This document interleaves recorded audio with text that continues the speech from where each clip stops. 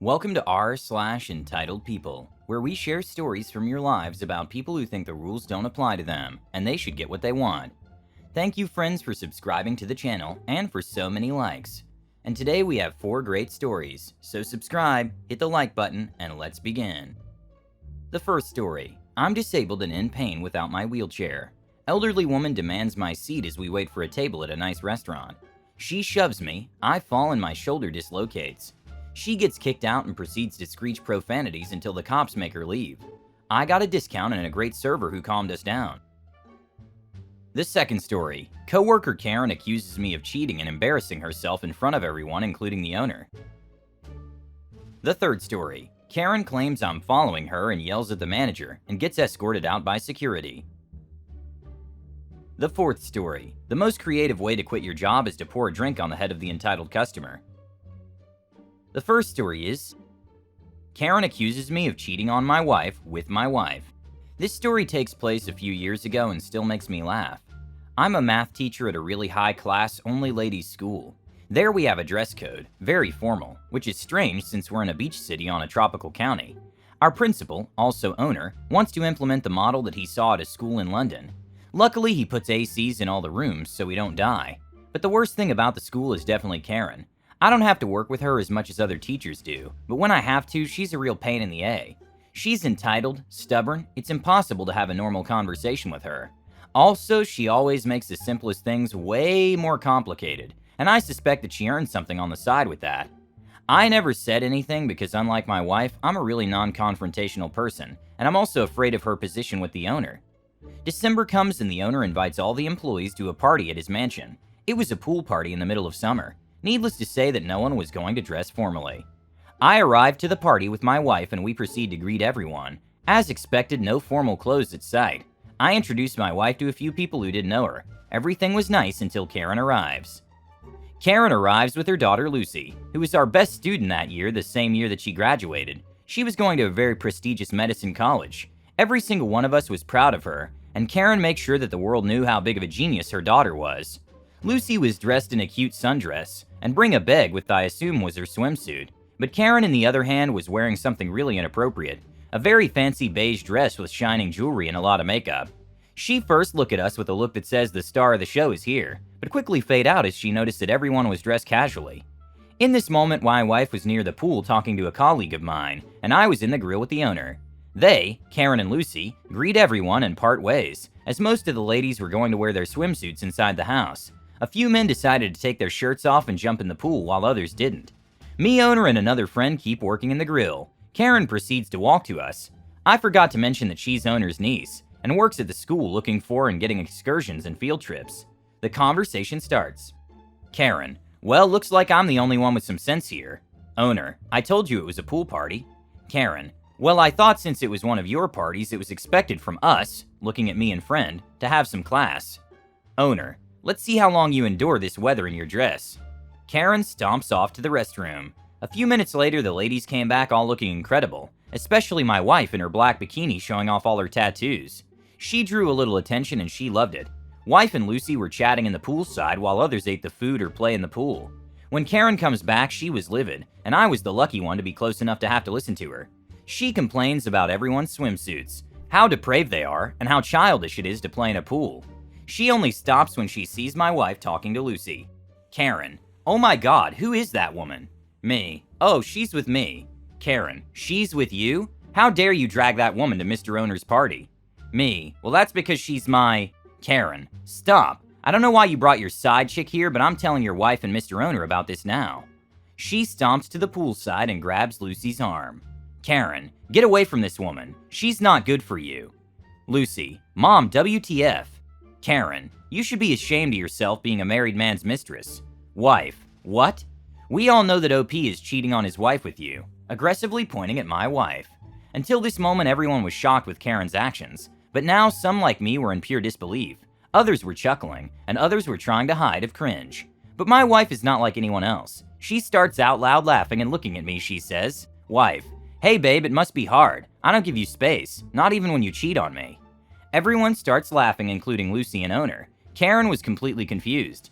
I walk to my wife as she asks, and we show Karen our rings, matching with our initials. Wife. We are happily married and completed 5 years in last September. For the rest of the party, Karen was in the corner looking like a grumpy child who was grounded by her parents. The reason why I think Karen misunderstood things is because I always wear suits, so she thought that my wife must be some boring, respectable lady like her, and my wife was showing her tattoos, things that morons like Karen think that diminish your value as a person. I do have some tattoos, but I always wear my suit, and wasn't shirtless at that time, so she didn't see it. The reason why my wife and Lucy were so close is because my wife is a tattoo artist, and has her own studio where Lucy got her first tattoo and piercing. Years later, Karen was fired and replaced with someone much cheaper, and a lot more pleasant to work with. Didn't heard of her since. The second story is, you're not disabled, you can walk, so give me your seat. Some backstory. I, 18 female, am disabled and have autism, and I'm pretty high functioning. Most people can't tell, but that doesn't really matter. I also have Ehlers-Danlos, which causes my joints to dislocate very easily. And I have fibromyalgia, which can cause me to be bedridden at times due to pain. About 5 years ago, my hips got dislocated in an accident. Since then, my hips have caused great amounts of pain, and will sometimes dislocate slightly while doing simple things, such as walking or getting up from sitting or laying down. I'm constantly in pain, even on good days. Bad days, I'm bedridden. On normal days, I use a wheelchair to get around. I just got discharged from the hospital, and was in there for minor reasons, but it was still really stressful. My roommate is being super nice, and decides to take my son and I out to eat in the big city, even though I never go out to eat, and the bigger city is an hour or so away. He picks somewhere nicer, about $100 max for the three of us. My son is a toddler, 3 years old, but he's a very quiet, shy, well-behaved kid. But he might have autism, so his social skills are not great. I thought today was a good day, so I left my wheelchair at home. Big mistake. We went shopping a little beforehand, and by the time we get to the restaurant, that has only been open for about 30 minutes, and is dealing with the lunch rush already. I'm in a lot of pain. I thought I'd be okay without a wheelchair, but I wasn't after walking around stores for an hour, while we waited for the restaurant to open. My roommate felt bad, since he dragged me out, so while we were waiting for a table, I was sitting in the only available seat, while he stood and held my son. An elderly lady comes in and demands the seat. I tell her I'm disabled. She tries to argue with me that I can obviously walk, and I'm being disrespectful to my elders. She's causing this huge scene and I want to die inside. I'm in pain and this lady is making everything worse. Someone else got up and let her sit down, but she was giving me evil eyes and making little scoffing noises, especially when my son called me mama. She probably was judging me since he's a toddler and I'm obviously young. It got worse when we finally got a table. I stood up and she was basically like, see, you can walk, even though I was effing limping in pain. Like it was so obvious that I wasn't fully physically okay. I ask her politely to leave me alone, and she comes up to me and shoves me gently. But because I'm in pain and I can barely walk, I fell over. And when I fell, my shoulder dislocated. My roommate, having done this before, set my shoulder, but the restaurant manager had to kick her out for being violent to another customer. And then they had to eventually call the cops. I could hear the start of the conversation between the manager and the elderly lady, as the server awkwardly tried to seat us at a booth. At first she pulled the "I'm an elderly lady, I can't hurt anyone" card, and after that I couldn't hear her, until she started screaming at the restaurant manager. Everyone inside was giving each other awkward looks because we could all hear her. She was yelling about how I'm a liar, and an insert racist slur about Mexican people, and a bunch of other things. S, B, etc., and I wanted to cry so bad that I was shaking. The police eventually got her to leave, about 15 minutes after she started screaming.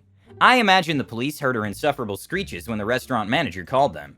I tried to refuse, but our meal was given to us at a huge discount, since they could see that I obviously wanted to leave. They were horrified by my shoulder dislocating. They kept asking if I wanted them to call for an ambulance. I told them it was fine, it happens all the time. They offered free dessert and drinks, which they let me refuse. I just wanted my food, and not to have to deal with that lady again. My son was upset by the yelling and me getting injured, but he seems okay. I don't think he entirely understood what was happening, just that this lady was being mean to his mother. The server was really nice to him and reassured him, even asking him if it was okay to touch him. My son said yes and the server ruffled his hair, which my son found very amusing. She was incredible and checked on us often, helped us all calm down with some lighthearted conversation. She made me feel a lot better after all that, so we gave her a 40% tip, since our food was already being discounted and she deserved it.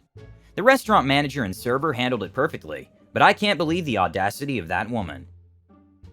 The next story. Entitled lady claims I'm following her, even though I showed her I was doing my job. Background: I, 17 male, work at a grocery store. There's 20 aisles, with aisle 1 being in line with the entrance, in the middle of the store, and aisle 20 being to the far left of the entrance. To the left of aisle 20 is the dairy section. The door leading to the cooler is towards the back of the store. Every hour I have to walk along the aisles with a clipboard and the log sheet and check for debris in the aisles. Since I started working there, I've gone down to aisle 1, through aisle 1 to the front of the store, then back towards the dairy section. Earlier today, I started my route like normal, except this lady came out of an aisle and started to walk in front of me. I thought nothing of it and continued looking for debris in the aisles. I turned into aisle 1 and noticed the lady was still in front of me. She got to the end of aisle 1 and I noticed she turned to go back towards the dairy section. I thought nothing of it and continued like normal. The actual post. I get to the dairy section and turn to go to the door, when the lady in front of me turns around and asks me to get my manager. I call the manager and wait for him to come. The manager here today is my department manager, and he and I have a good relationship. My manager gets there and the lady points at me and says he was following me around and writing things down about me. That took me by surprise, and I looked at my manager and he said, "Ma'am, he was checking for debris in the aisles." I even showed her the log sheet, which has the times along the top and the aisle numbers going down the side, forming a table. She kept screeching about me following her, that my manager said, "Fine, ma'am, I'll reprimand him." He took me aside and asked me what happened, and I told him I was doing my log, and she asked me to get you. He said, "I thought so. Act like I'm yelling at you." So he made motions with his arm and I hung my head. It was pretty funny. He then said just apologize and see if that gets her to move on. If not, I'll handle it. So we went over to the lady and said, "I'm sorry for misunderstanding, ma'am." My manager told me to go to the back, so I did, and I could hear her still screeching at him. 15 minutes later, my manager came into the back and said she screamed at him for 10 minutes, so he got security to get her out. He also said if anything else like that happens to call him. I just got home, and thinking back, it's pretty funny how he pretended to yell at me. And the last story is, I quit my job in the best way ever. So this story happened when I was 16. I was working at a McDonald's, and there was this girl who would always make me and my friends lose our minds, saying things like, "These fries aren't salty enough," or I said a large cup, not a medium cup. Now the manager knew I was going to quit, and he said that he wouldn't mind if I quit a different way. So one day she came on my shift, so I got her stuff like usual. Then she said, "This is soda, not Pepsi." So I say, "Oh, you want Pepsi?" "Yes, and I want it now." I looked at my manager and he had the go for it look on his face. And I said, "You want it now?" "Yes, I want it right." Just then I dump the whole cup of soda and take off the McDonald's hat and scream, "I quit," and walk out the door with the woman still in shock. I don't blame her though. Just goes to say, don't be mean to fast food workers or they might pull this. Don't forget to subscribe to the channel and hit the bell button. Thank you for watching, and I'll see you next time.